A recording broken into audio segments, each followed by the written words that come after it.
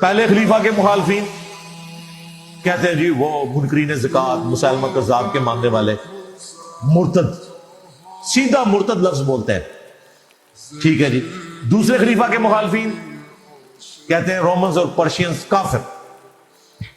تیسرے خلیفہ کے مخالفین کہتے ہیں جی خارجی، خارجی تو اس زمانے میں آئی نہیں تھے، بلوائی، ہاں بلوائی کہہ سکتے ہیں، اور ان میں کئی صحابہ بھی تھے، عبد الرحمن بن عدیس اور باقی صحابہ، پولیٹیکل اختلاف تھا۔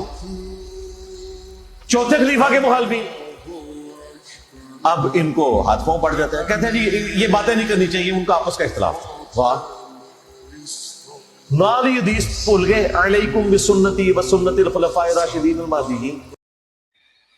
اب دیکھیے، میں نے پہلے بھی اشارہ کیا تھا، یہ بندہ 3 خلفائے راشدین کا تذکرہ کرتا ہے اور کہتا ہے کہ پہلے خلیفہ کے مخالفین کو آپ مرتد مانتے ہیں، دوسرے خلیفہ کے مخالفین کو کافر مانتے ہیں، کفار سے انہوں نے جنگ کی، تیسرے خلیفہ کے مخالفین کو آپ جو ہے بلوائی مانتے ہیں، پھر چوتھے خلیفہ کے مخالفین کو آپ مسلمان کیوں مانتے ہیں، آپ رضی اللہ عنہم کیوں کہتے ہیں؟ دوسری ویڈیو میں اس نے کہا کہ آپ ان کو رضی اللہ عنہم کیوں کہتے ہیں۔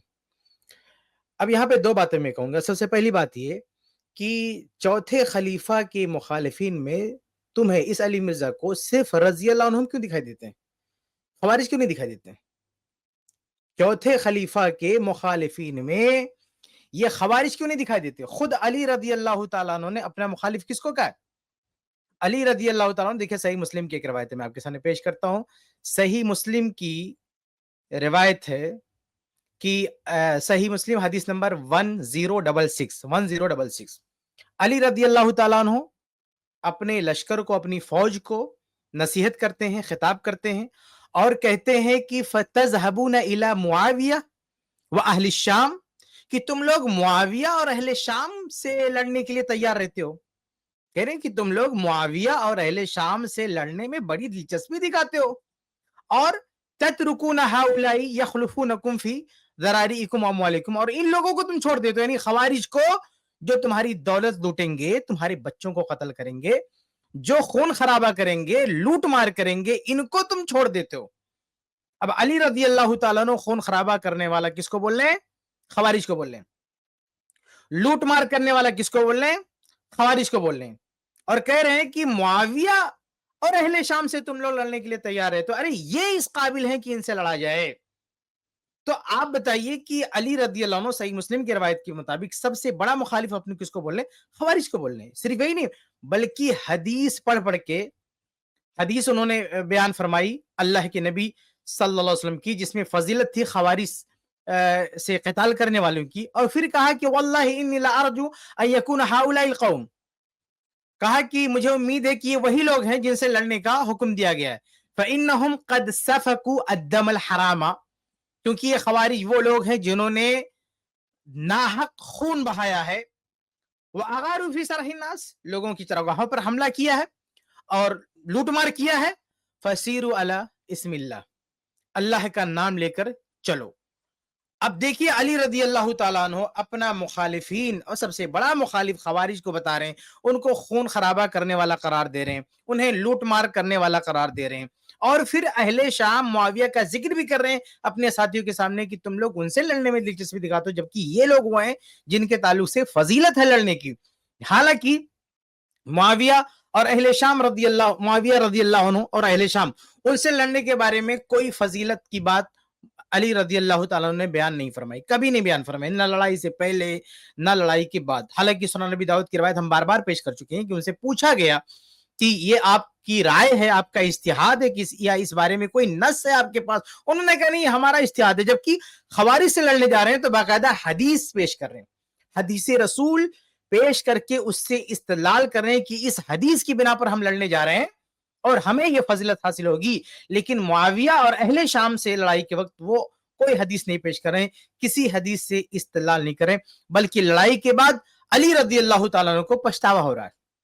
علی رضی اللہ تعالیٰ عنہ کو مصنف ابن ابی شیبہ کتنی روایت ہے، انہوں نے کہا کہ کاش اس سے پہلے میں فوت ہو گیا ہوتا، کاش ایسا نہ ہوا ہوتا۔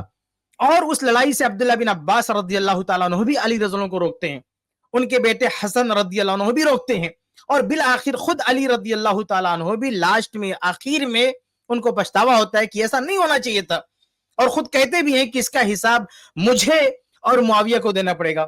دونوں کو اس میں شامل مانتے ہیں, اپنے آپ کو بھی اور معاویہ رضی اللہ عنہ کو. دیکھیے یہاں پہ یہ شخص یہ کہنا چاہتا ہے کہ جیسے پہلے خلیفہ کے مخالفین کو ہم مرتد کہہ دیتے ہیں, دوسرے خلیفہ کے مخالفین کو کفار کہہ دیتے ہیں, تیسرے خلیفہ کے مخالفین کو ہم بلوائی کہہ دیتے ہیں, ایسے علی رضی اللہ عنہ کے مخالفین, کون سے مخالفین؟ اہل شام, ان کو مخالف بنا کے بولا کہ ان کو تم رضی اللہ عنہ کیوں کہتے ہو, ان کو بھی اسی کیٹیگری میں ڈال دو. ارے اگر ڈالنا بھی تو خوارج کو ڈالنا, یہ تیرے چاچے ماں میں لگتے ہیں, خوارج کیا لگتے ہیں تیرے, خوارج کے ساتھ کیوں ہمدردی ہے؟ اور دوسری بات, یہ تو پہلی بات ہوگی, دوسری بات یہ ہے کہ علی رضی اللہ عنہ کے جو مخالفین اہل شام جو تھے, ان کو اگر ہم, ان میں جو صحابہ تھے, اگر ہم ان کو رضی اللہ عنہم بولتے ہیں یا دیگر لوگوں کو اگر ہم اچھا بولتے ہیں, تو بتائیے یہ ہم بول رہے ہیں؟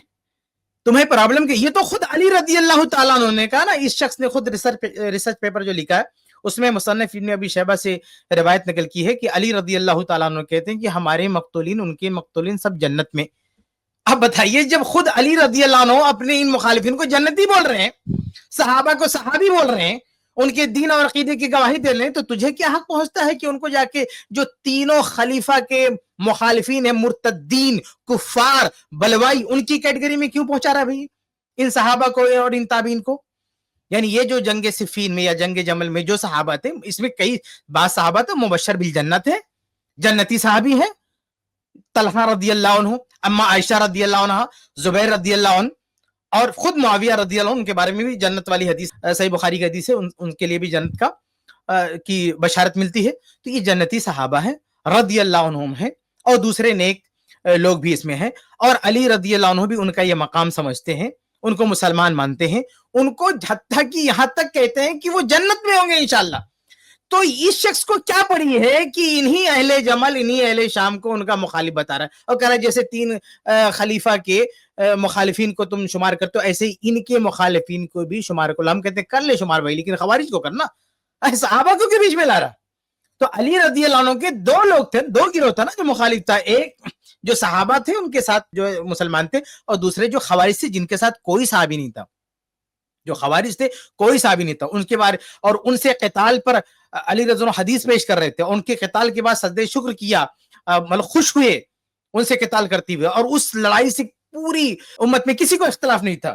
بلکہ بعض وہ صحابہ جو جمل اور صفین کے موقع پہ الگ ہو گئے تھے, وہ بھی نکل کے آئے اور علی رضی اللہ عنہ کے ساتھ شامل ہوئے اس خوارج کے ساتھ قتال میں. اس سے کسی کو کوئی جو ہے اختلاف نہیں تھا. تو اگر تجھے اللہ کے بندے اگر مخالف کسی گروہ کو کھڑا کرنا ہے تو خوارج کو کھڑا نہ, وہ تیرے چاچے ماں میں لگتے ہیں, ان کو کیوں چھپا رہا ہے؟ خواہ مخواہ اہل شام اور معاویہ رضی اللہ عنہ کے پیچھے کیوں پڑا ہوا ہے, جبکہ انہیں اس نظر سے, یعنی مخالفی اس نوع کی مخالفت اور اس طرح کی کا مخالف گروہ خود علی رضی اللہ عنہ بھی نہیں مانتے تھے. وہ ان صحابہ کو, طلحہ, زبیر, اما عائشہ, سب کو جنتی مانتے تھے, دیگر مقتولین کو اہل جنتی مانتے تھے. جب وہ رضی اللہ عنہ مان رہے ہیں, جنتی مان رہے ہیں, تو تجھے کیا پرابلم ہے بھائی؟ تجھے کیا مسئلہ ہے کہ زبردستی سب کو جو ہے جذباتی طور پر سب کو اکسا رہا ہے, اور سب کو یہ کہنا چاہتا ہے کہ ان تین کے مخالفین چونکہ اس طرح کے تھے, اس لیے چوتھے خلیفہ کا مخالف بھی ایسا ہی ہونا چاہیے. تو ایسا ہی ہونا چاہیے تو خوارج کو بنا لے, ہمیں کوئی اعتراض نہیں, لیکن صحابہ کو بخش دے. صحابہ اور تابعین جو اچھے لوگ ہیں ان کو کیوں اس کیٹیگری میں ڈالنا؟ کیونکہ اس سے خود تو علی رضی اللہ عنہ کو بھی اختلاف نہیں. وہ جو قنوت نازلہ والی حدیث پڑھتا نا, وہ چھوٹی روایت ہے, من گڑت روایت ہے, اس کا کوئی ثبوت نہیں ہے. تو بہرحال یہ اس کی ایک ویڈیو تھی جس کو میں نے واضح کیا. ہم اس کلپ کی فل ویڈیو دیکھنے کے لیے ہمارے چینل پر ضرور آئیں. آئی پلس ٹی وی نے ایک نیا یوٹیوب چینل شروع کیا ہے جس کا نام ہے آئی پلس ٹی وی اختلاف کا حل. اس چینل پر صرف اختلافی مسائل پر ویڈیوز آئے گی, لیکن دلائل کے ساتھ اور بھائی چارگی کے ساتھ. آپ کو میں دعوت دیتا ہوں کہ آپ بھی ہمارے اس چینل کو سبسکرائب کریں, ہماری ویڈیوز کو شیئر کریں, اور نوٹیفیکیشن آئیکن کو آل سلیکٹ کریں تاکہ آپ کو ہماری ویڈیوز کا نوٹیفیکیشن مل سکے. جزاک اللہ خیر, والسلام علیکم ورحمۃ اللہ.